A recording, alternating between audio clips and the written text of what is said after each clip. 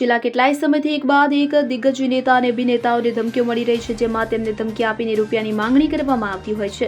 ત્યારે હવે બદમાશોએ કેન્દ્રીય મંત્રીને ધમકી આપી છે। મળતી માહિતી અનુસાર કેન્દ્રીય મંત્રી સંજય સેઠને ધમકીભર્યો સંદેશ મોકલવામાં આવ્યો છે। બદમાશોએ 50 લાખની ખંડણી માંગતો મેસેજ કર્યો છે।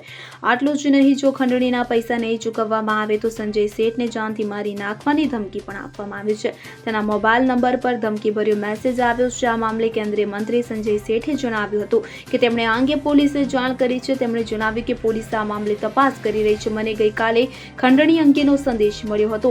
મેં ઝારખંડના ડીજીપીને તેની જાણ કરી તો વાત કરવામાં આવે તો સંરક્ષણ રાજ્યમંત્રી સંજય સેઠ પાસેથી 50 લાખ રૂપિયાની ખંડણી માંગવાનો મામલો જોર પકડી રહ્યો છે। શુક્રવારે સંજય સેઠના મોબાઈલ પર અજાણ્યા નંબર પરથી ધમકીભર્યો મેસેજ આવ્યા બાદ દિલ્હીમાં એફઆઈઆર દાખલ કરવામાં આવી છે। આ ઘટના અંગે ઝારખંડના ડીજીપીને પણ જાણ કરવામાં આવી છે। એફઆઈઆર નોંધ્યા બાદ દિલ્હી પોલીસે મામલાને ગંભીરતાથી લીધો છે। ધમકી આપનારાઓની ઓળખ કરવા તપાસ શરૂ કરી છે। આ બધાની વચ્ચે સંજય સેઠ શનિવારે સવારે 9 વાગ્યે દિલ્હીથી રાંચી ગયા છે।